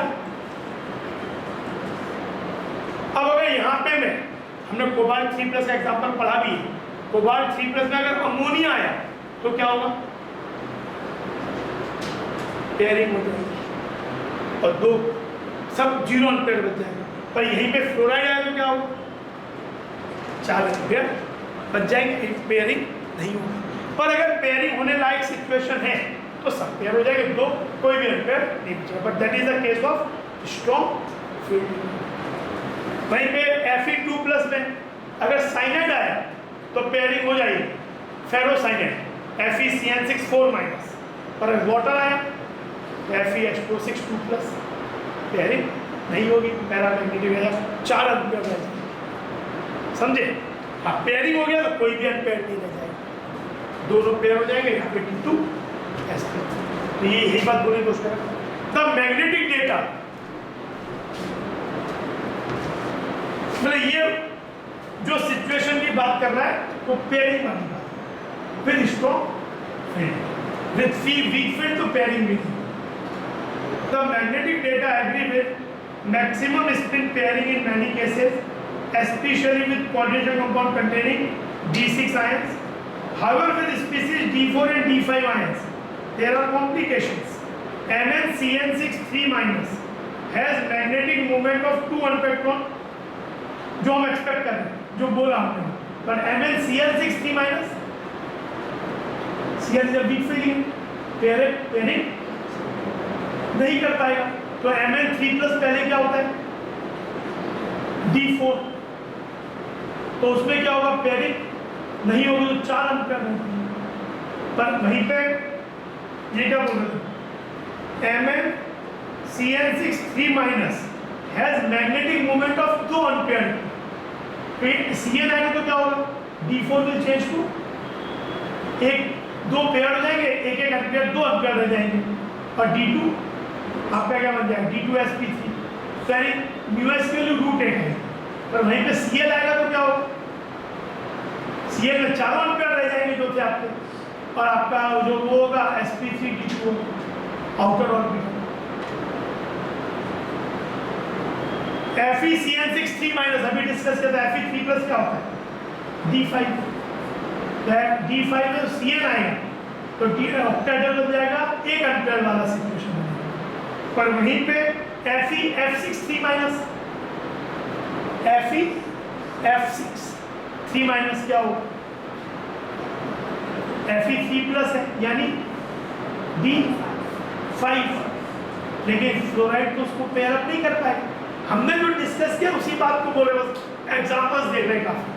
हमने तो संग में डिस्कस किया ही है कि पेयरिंग हो रहा है, पेयरिंग नहीं हो रहा है, तो halides are not able to pair up the electrons of 3D series. Fe(F6) 3- क्या होगा, पांचों के पांचों इलेक्ट्रॉन एम्पीयर रह जाएंगे, sp3d2 बनेगा।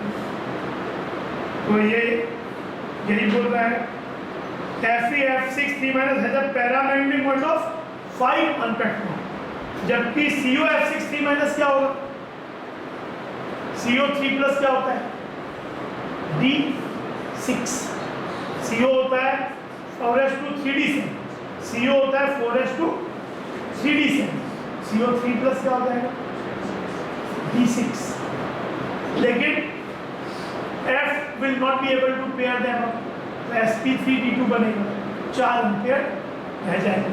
तो यही बोल रहा है with 4 ampere electron, while CO(C2O4) 3- क्योंकि ऑक्सीलेट वैसे तो वो जो है वीकर है, लेकिन ऑक्सीलेट क्या होता है, वो किनेटिक लिगेंड बनाता है, तो जिनमें किनेशन करने की एबिलिटी होती है वो रिलेटिवली स्ट्रॉन्गर लिगेंड में काम करता है।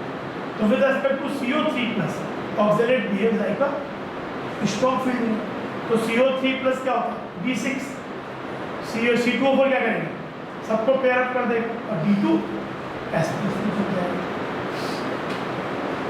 This apparent anomaly is explained by VBT in terms of formation of inner orbital and outer orbital quotient entities. MnCN6 3-, FeCN6 3-, and CO(C2O4) 3- are inner orbital complexes involving D2sp3 hybridization. The former two complexes are paramagnetic and later diamagnetic.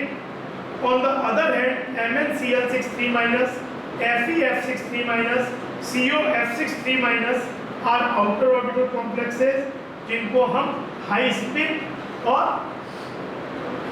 Spin free complexes भी बोलते हैं, involving sp3d2 and are paramagnetic corresponding to 4, 5 and 4 ampere electron. तो ये बात पूरा diagram बना के VBT से आपको बात पूरी समझ में आएगी कब क्या है। मेन बात ये है, see a halide behave like a weak field ligand with respect to 3D series. Ammonia usually behave like strong field ligand, even oxalate behave like a strong field. तो ये और जो आपका वो है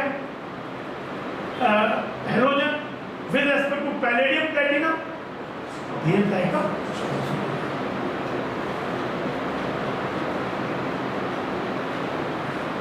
जैसे एक क्वेश्चन देखो, the spin only magnetic movement of MnPr4-2।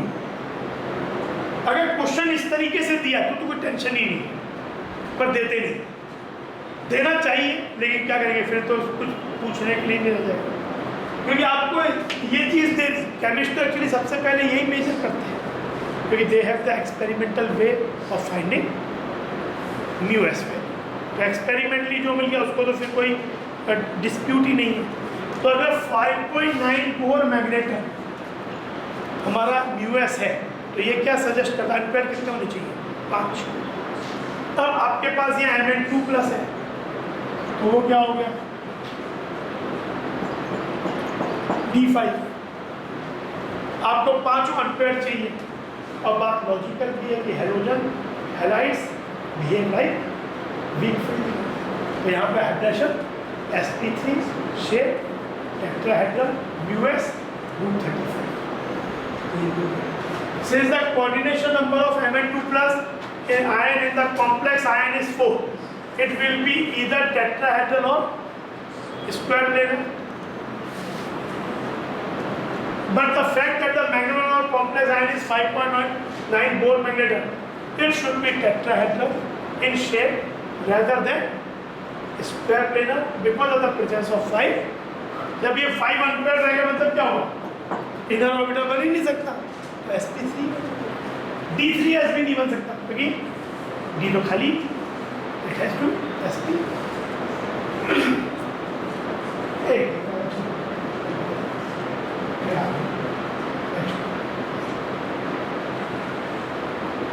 Limitation of, ये सब इसलिए पढ़ लो कि जेई मेन में IIT में जनरली नहीं आता है सब चीज़ें।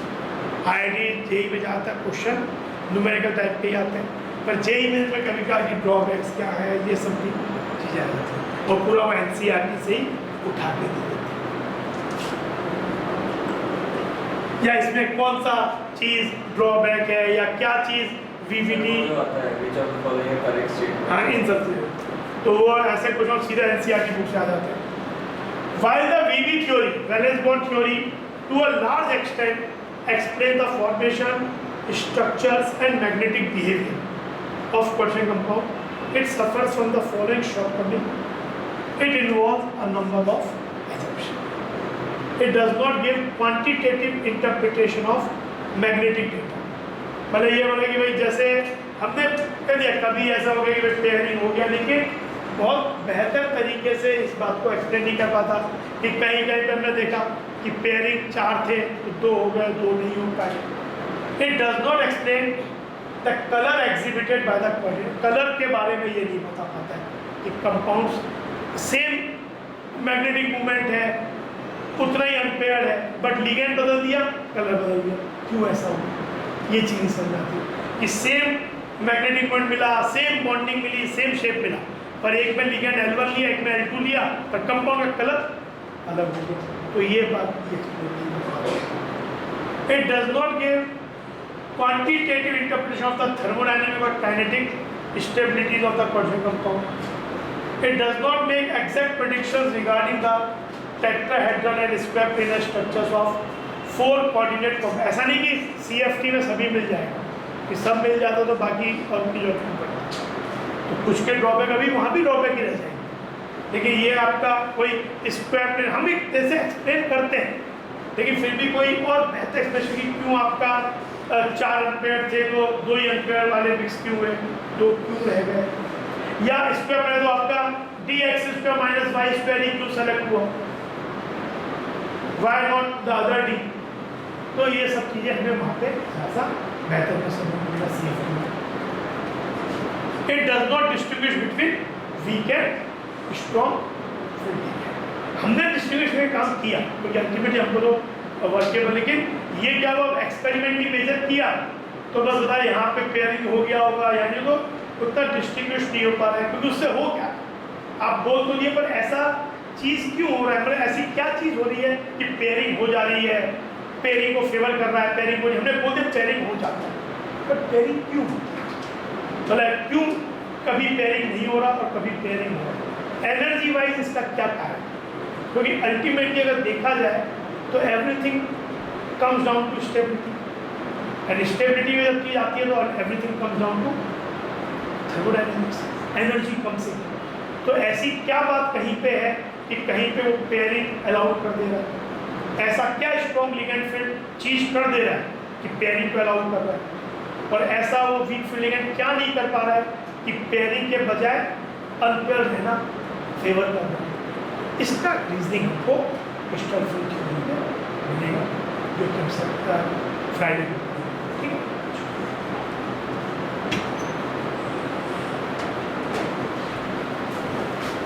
बाकी ये दो चार पढ़ लेना, ज़्यादा मतलब स्टेटमेंट याद रहेंगे तो दिमाग में सीधा आंसर